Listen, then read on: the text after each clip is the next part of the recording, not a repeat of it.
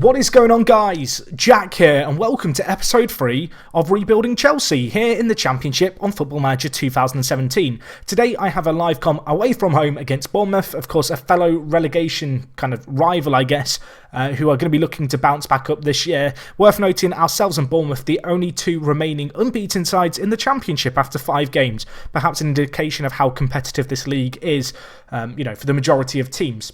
So anyway, since the last episode, there has been a fair few games. As you can see, we are now into September. The transfer window is closed. I did actually make a few kind of late deals. Nothing too major, but we'll go through them real quick. The first player we picked up, Win Russen. This guy, a Belgian player, and he's pretty good. He's a good striker, good free kick taking, which I kind of like.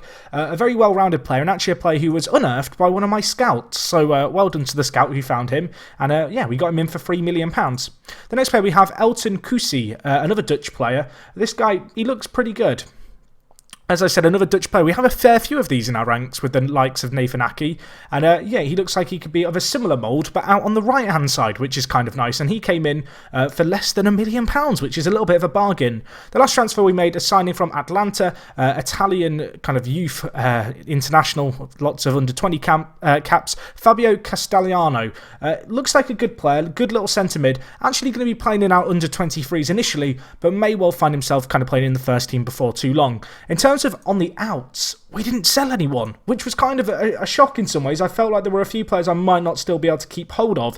A few players who did go out, however, there was a few loans that we did, so they're perhaps worth talking about. Izzy Brown went on loan, as you can see here, to Ipswich, fellow Championship team. I think that's going to be a good little move for the English striker. And another striker who went out on loan, a new signing, Ili Yuan, the Frenchman. Looks like he could be a very good advanced playmaker. Rotherham came in with a loan offer, so he will be playing at the same level as we are now. Been promised first team football for him, so that's looking like a good little bit of business.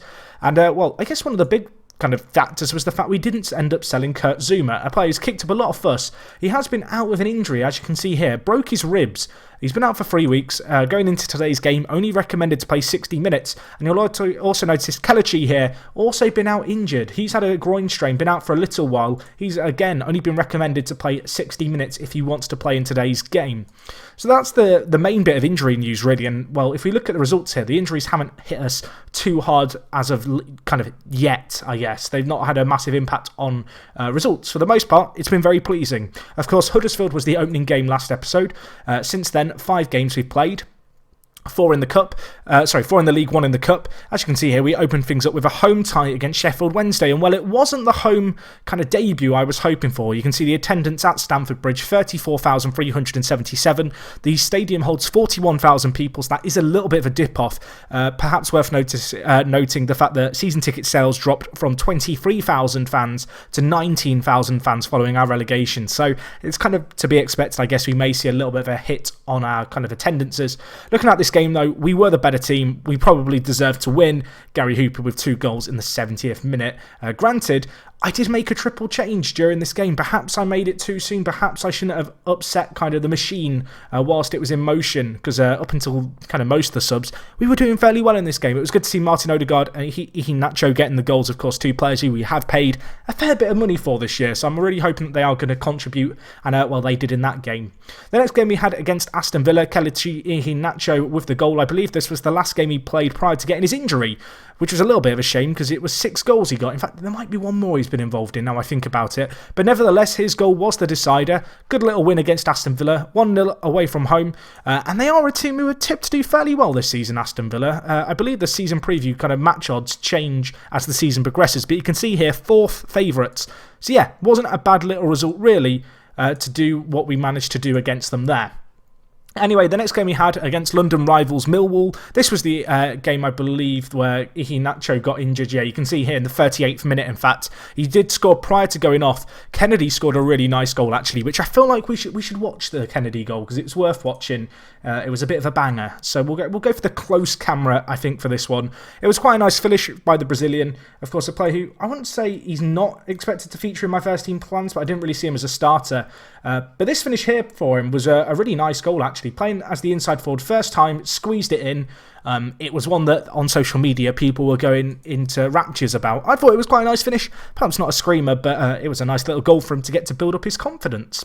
Anyway, in the first round of the EFL Cup, we won 3-0 against MK Dons. Good little performance here. Rob Holding getting the Man of the Match award. Good for the centre-back, a player who's actually, if we look at the England national team, he's been called up and started playing on the bench for them. He's yet to make an appearance for the national team, but still good to see him up there. And Will Hughes also making his debut for the national team. He's actually made 2 appearances now.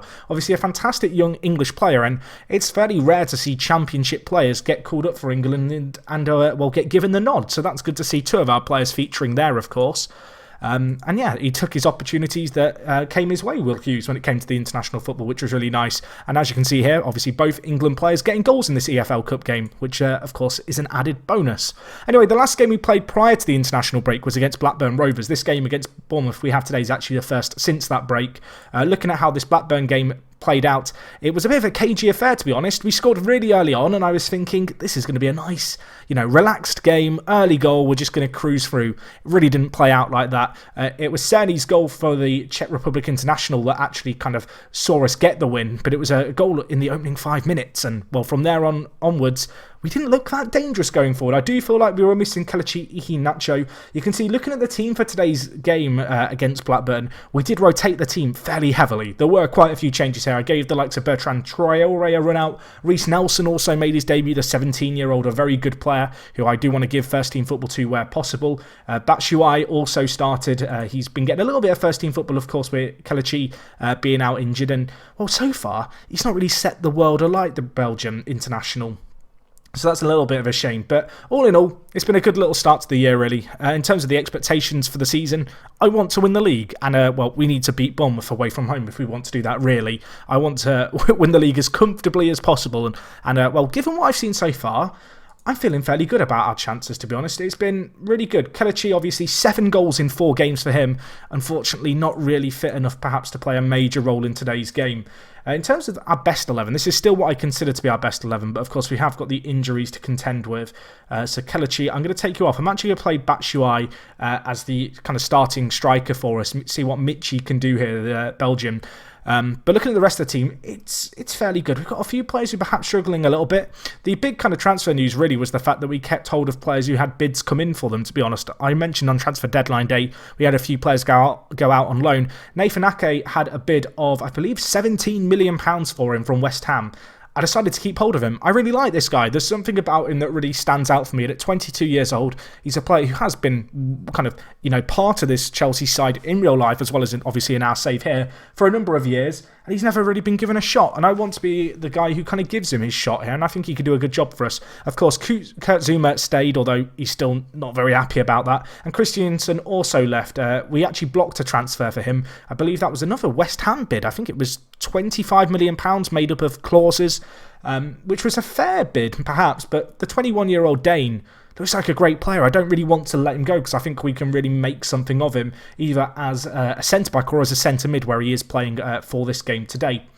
But anyway, looking at our team as a whole, really pleased with how we've started the year. It's been good. We've got what we wanted to thus far. Overall squad balance, I'm pretty happy with it, to be honest. I really like the depth we've got everywhere. One more player, actually, who has voiced concerns is Chalobah. His contract runs out at the end of the year, and he is not interested in renewing it. I may well lose him on a free at the end of the year, which is a little bit of a shame, but I don't know. I like Chalobah. I think he's a little bit underrated, to be fair, in Football Manager. But if we just compare him to Loftus-Cheek here, you can see he's a little bit better than Loftus-Cheek.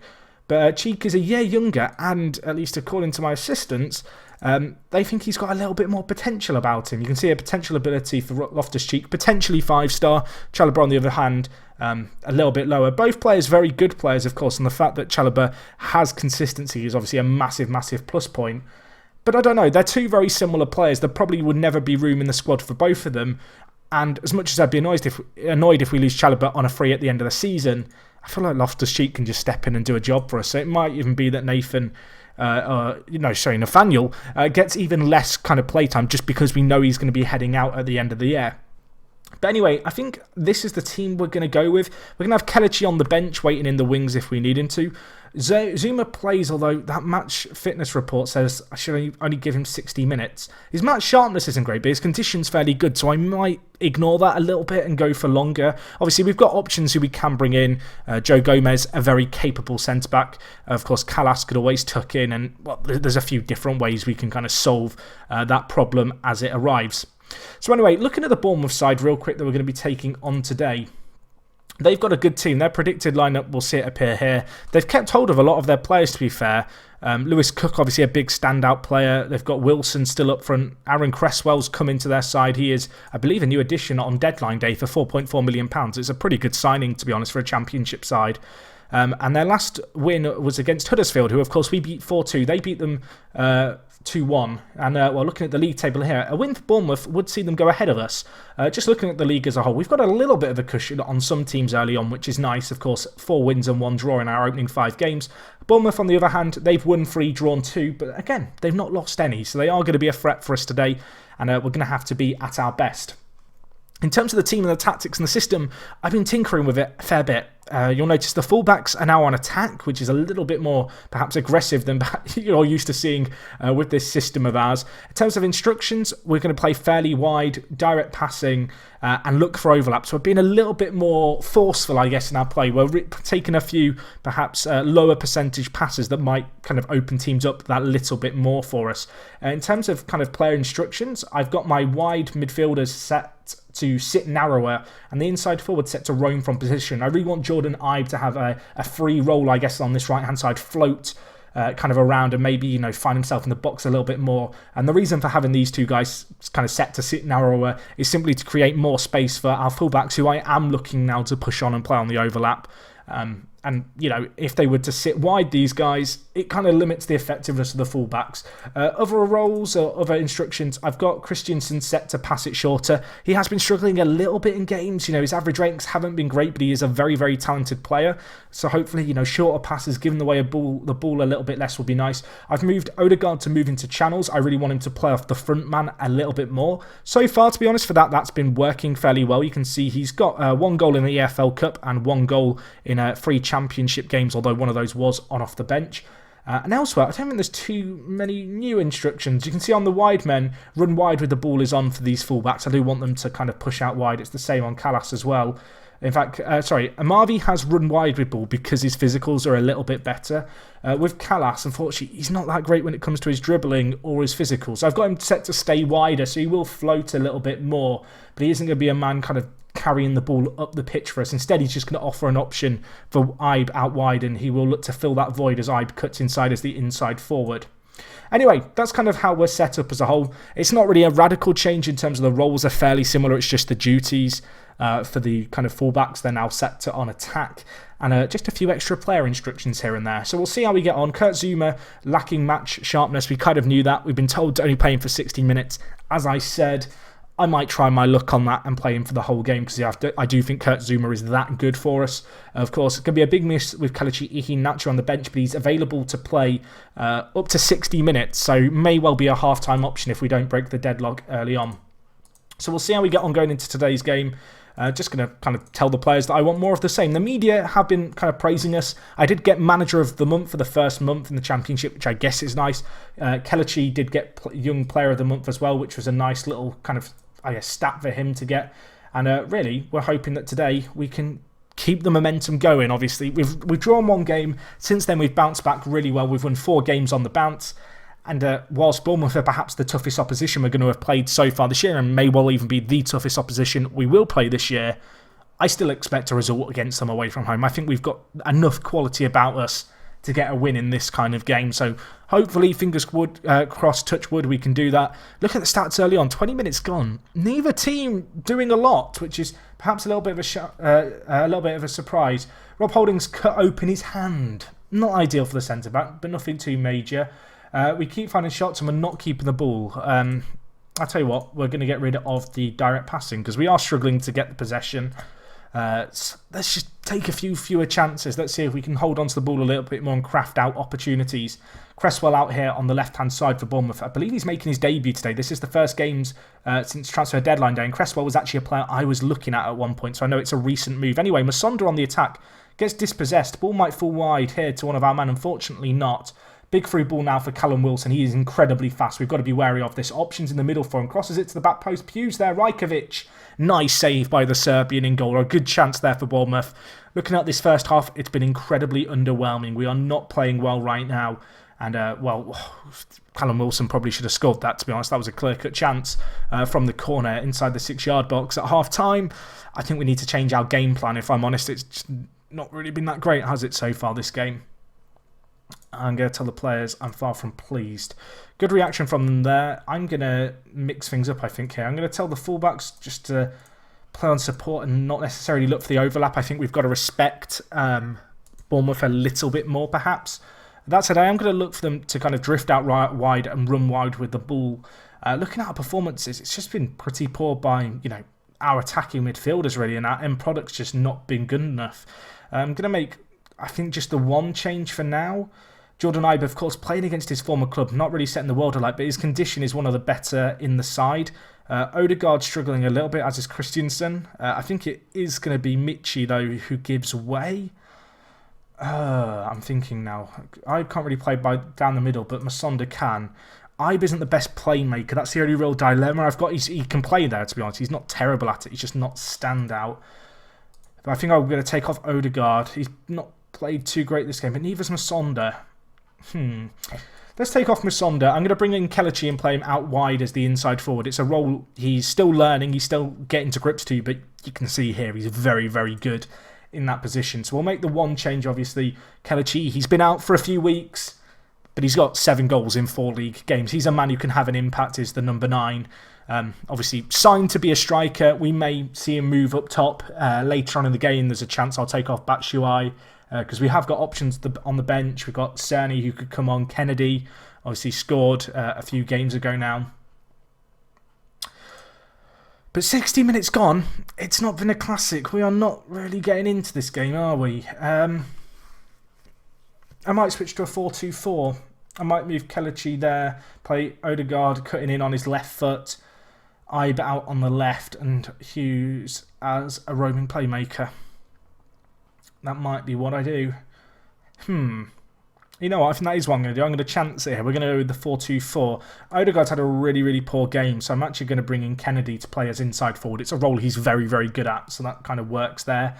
We have got one more change. Christensen's not had a great game at defensive midfielder, but Will Hughes' legs are fading a little bit as well.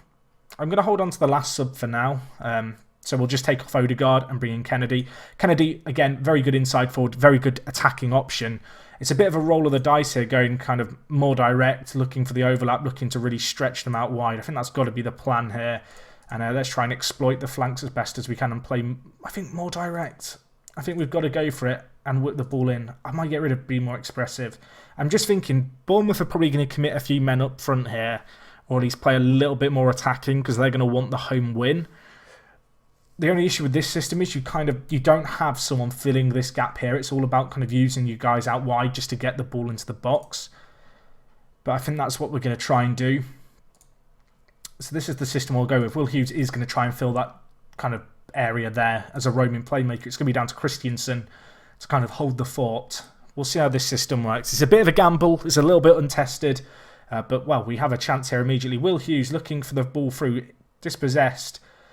We're coming forward with the ball again. Kelechi Iheanacho. It's an ambitious long shot, but you can kind of see how we're going to shape up here. It's a 4-2-4. We might have a little bit of an issue winning this battle in midfield, but with us trying to use the wings as much as possible, I'm hoping we can kind of remedy that. But it is going to be Bournemouth here bringing the ball forward. It's Callum Wilson. He's up top on his own. He's drifting out wide, gets tackled there, but unfortunately the ball finds its way to Cook, who plays in Lopez, who squanders a really, really good chance for them right there. That was a fantastic opportunity for Bournemouth to get ahead.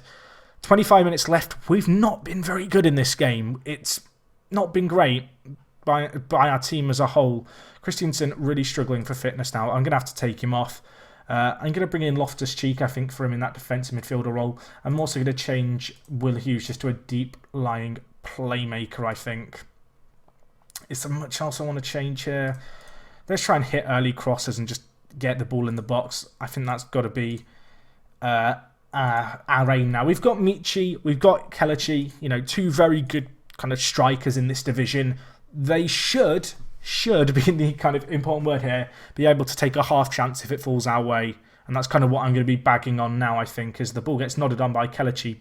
Batshuayi not there, unfortunately, and now it's Bournemouth coming forward with the ball again. It's Lewis Cook, the English centre mid, a player who I did look to sign in the summer, but, well, they wanted far too much money, and, well, it might be a good job I didn't sign him, because that was an incredibly questionable effort by the 20-year-old in midfield for them. Twisted knee for Max Gradel, that's not a great injury for one of their best players. Kind of good as far as we're concerned. A draw here, probably not the end of the world given how the game's panned out, but it'd be disappointing if we come away with anything less. And, well, it's Bournemouth coming forward with the ball again. We have not done anything in front of goal. It's another long-range effort, another ambitious effort, I think it's fair to say, by Bournemouth. And, well, with 10 minutes left, I've got to be honest, Bournemouth have squandered a load of chances. We've not looked like scoring. This has got 0-0 written all over it. But this is also the kind of game where sometimes just a late chance comes out of nowhere. And, well, with 3 minutes left, I hope there's a late chance to add a little bit of excitement to the game. But it's not been a classic. 89th minute now, time ticking away. Max Gradel's twisted knee coming back to bite him. There is 2.5 minutes left. There is going to be a chance one way or another. Which way is it going to fall? It's Bournemouth with the ball, although I picks it up now. Kelechi, Batshuayi on ahead of him, lays it inside to Will Hughes. Batshuayi trying to turn his man perhaps. Dunk comes in from behind and dispossesses him, and now it's going to be Bournemouth bringing forward the ball. They're really not committing any men up the pitch at this point, though. Fraser, really the only man going on. It's going to be an ambitious long shot from him, isn't it? No, it isn't. He plays through Ryan Kent, and he scores. And I said there was going to be a late goal. I had a feeling. Bournemouth probably deserve it. I probably should have changed the system more. I probably should have gone more defensive to end the game. Loftus-Cheek's clearance just ricochets off. I think it was Will Hughes, actually. And Ryan Kent's there to slide the ball in. Rajkovic should probably not get beaten from that narrow angle. But unfortunately for us, it's going to see the dream of an unbeaten season be crushed unless Kennedy can make something happen. Ball whipped in. I thought it was going to be a penalty given. It's not. The assistant's flag is raised for Ruben Loftus-Cheek being offside. And, well, that is going to be all she wrote. A really disappointing game at Dean Court, as far as we're concerned, against our big kind of promotion rivals in Bournemouth. They'll be looking to go up this year, of course, alongside us. They are second favourites in the league. But, well, in a game that I would have put us down to win, we've lost with a 92nd minute goal. And it was Ryan Kent, who I believe is on loan from Liverpool. You can see he is here, a player who I have been looking at because I do think he's very good. And, well, he's got a goal for us. We finally lose after 5 games unbeaten. It's a bit of a kick in the teeth, but realistically, we've just got to keep winning our other games now. We've got Brighton coming up, Ipswich coming up, a few easier teams. Liverpool is in the EFL Cup. I've got to be honest, the EFL Cup, not really a concern for me this year. I think our next game that we do will be in about a month and a bit's time. It'll be against Fulham. Now, the reason I'm going to do that game against Fulham is because right now they're in 3rd, and they are, I believe, the 4th favourites to get promoted this year. Yeah, you can see here. In fact, no, they're 6th now. They were at 1.4 favourites or 5th favourites. They are a fairly kind of infamous club, and they're doing well in the league at the moment. So I think they should give us a good game. That will be a live commentary at home as well, which is something we've not done yet during our kind of time here at Chelsea. Anyway, guys, hopefully you enjoyed today's video. Bit of a disappointing result. We tried a few different systems. They didn't really work. I do want to, I think, between now and the Fulham game, nail down a kind of system that involves 2 strikers. Because at the moment, we have obviously Batshuayi and Kelechi, who are 2 very good strikers. And there are going to be games where we are chasing a goal. And to be honest, I'm not overly sold on this 4-2-4 system at this moment in time. I think there's room to improve that somewhere. But anyway, guys, hopefully you did enjoy today's episode. If you did, please do smash the like button. If you've got any comments, feel free to leave them down in the comments below. And other than that, thank you so much for watching as always. It is me, Jack, and I will talk to you guys in a bit. I'm out.